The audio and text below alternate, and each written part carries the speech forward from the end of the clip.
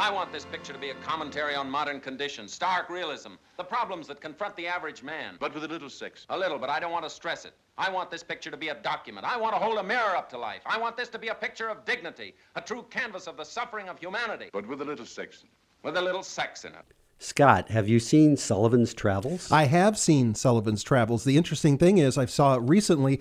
I did not see this when I was in film school, and I haven't seen that many Preston Sturges films. Well, Preston Sturges, I think we talked about him once before when we discussed screwball comedies. He's unique. He is a very important figure in Hollywood history. He's the first true writer-director of the sound era. He made 7 or 8 amazing movies in a very short period from 1940 to 1944. Before that, he'd been just a writer, but then he was able to start directing his own pictures starting in 1940. And the fourth of those, they're mostly screwball comedies, basically, but the fourth of them is different than the others, and in many ways different than any movie. And it's called Sullivan's Travels, and it's a little bit serious as well as funny. It's serious, and it's also a reflection of his own job as a film director, because the main character is a filmmaker. Right. So the main character is a director named John L. Sullivan, who is a successful director of wacky screwball comedies. And that's established right at the beginning. But he's decided he needs to, and he gives a couple of speeches to this effect, that there's too many troubles in the world, and I want to make something serious. And he wants to make a movie version of a novel called Oh Brother, Where Art Thou? Which is a non-existent novel. And of course, the Coen brothers use that as the title of their film from the year 2000. Yeah, the Coen brothers, it was a stroke of genius. They said, look, in the movie Sullivan's Travels, Sullivan wants to make this serious social commentary movie called Oh Brother, Where Art Thou? But it doesn't get made, in real life. So the Coen brothers said, we'll make a movie called Oh Brother, There Art Thou. Which is also a comedy too. Yeah, it is, but also it's sort of, I guess it's a kind of parody of what Sturges is doing, parody of parody. So the basic plot is that this director, who's been a privileged rich person, decides that he's going to dress up like a homeless person. This is during the Great Depression, right? And he's going to go out and ride the rails with only 10 cents in his pocket and see what it's like to be poor and downtrodden and homeless. And then he can make a movie that has a strong social message and uplifts people to do something about the problems of the world. And he ends up taking Veronica Lake along with him, who he runs into. Yeah, so what happens, without giving, I don't think I'll be giving away too much here, is first he tries to set out, but the studio, he's this very important property to them, and they follow him with like a big RV with all these, employees of the studio, and he's not really going out on his own. I mean, and he tries a couple times to get out of Hollywood, and he always ends up back in Hollywood again. And at one point he meets this out-of-work actress who's about to give up on Hollywood, and she helps him out. She thinks he's really poor, and she buys him breakfast. And then he ends up doing the rest of the film, most of the rest of the film, his travels, where it gets a little more serious going out into the world, and he does get away from Hollywood. He's with her. And she's very angry when she finds out that he actually is a wealthy film director pretending to be a poor person. Yeah, and that theme is there throughout, right? So there are several people early in it. His butler and his valet are telling him, we don't approve of this. You're going out and pretending you're poor. That's not fair to poor people, and you're going to go out and hang around with them. Well, I don't think they want their privacy invaded. There's a lot of people that don't approve of what he's doing. Yeah, and of course the studio heads, they just want to make money. They want to, they actually make an insurance claim on him because he's going out with these travels. Yeah, they say we got to insure him for $1 million, right? And yeah, but they also know that some of these movies have been successful. And here's where we come around to where Sturges is really talking about what's really going on in movies. He mentions by name Frank Capra, Ernst Lubitsch, other makers of comedies, but Capra had gone from making pure comedy, like It Happened One Night, with Claudette Colbert and Clark Gable in the early 30s, he had switched to these more serious films. Listeners today, the film that Capra is most famous for is It's a Wonderful Life. Now, that was a little later. That was 1946. But before that, he had made movies like Meet John Doe, and which had just come out before they made Sullivan's Travels.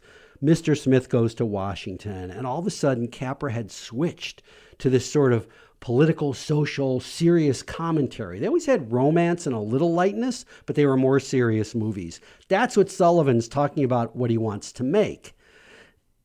And also, The Grapes of Wrath was around that time, too, that John Ford had made from Steinbeck. The Grapes of Wrath had just come out, and you see about the third time that Sullivan tries to get out, there's a long scene with no dialogue, about 7 minutes long, with him walking among homeless people, and it looks like it's straight out of the movie Grapes of Wrath.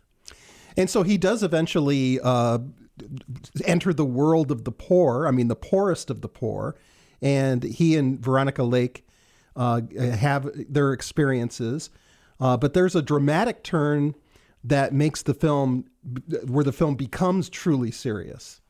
Right, and I don't know how much of this we should give away, but we really shouldn't. We shouldn't spoil it, but he ends up getting in trouble himself. In very serious trouble. It has echoes of earlier movies of the 30s, like I Am a Fugitive from a Chain Gang. Right, gets in serious trouble with the law and can't get out of it, and then he really sees what it's like, and that's when he makes certain decisions about whether he should make something serious or comic.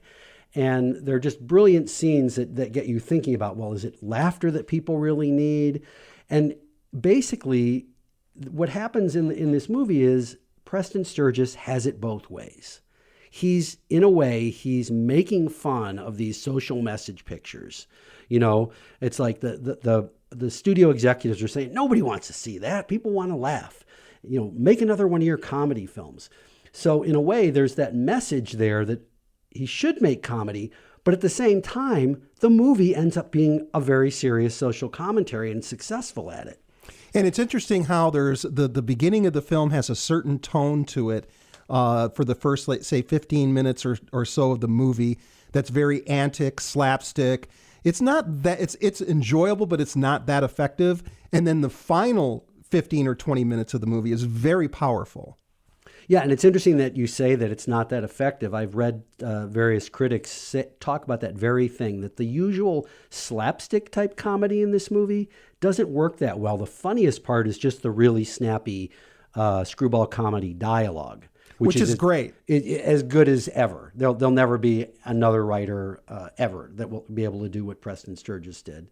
And but then, yes, we end up with a very serious scene and a very important scene that takes place towards the end. It's really the climactic scene of the movie, but I won't give away what its content is.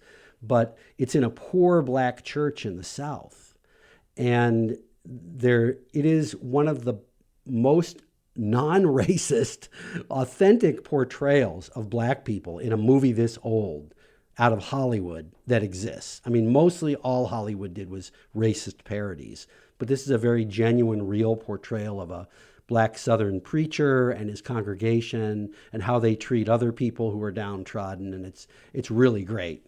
And that's towards the end of the film, and then also at the beginning of the film, along with the light tone of it. It seems to be filmed with a lot of light. It's bright, and then by the end of the film, it gets more interesting visually because it's the darker and more shadows and more night sequences.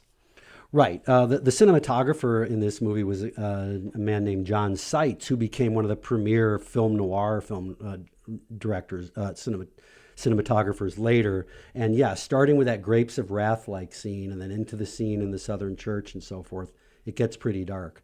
But this movie is a masterpiece. It is, to me, it's one of the great American films. It accomplishes both serious drama, comedy, romance. It has it all without being pretentious at all. And that's what's so remarkable about it. Well, thank you for joining us. Thanks, Scott. And he said, let him who is without sin cast the first stone. Yeah. The chains shall be struck from them, and the lame shall leap, and the blind shall see, and glory is the coming of the Lord.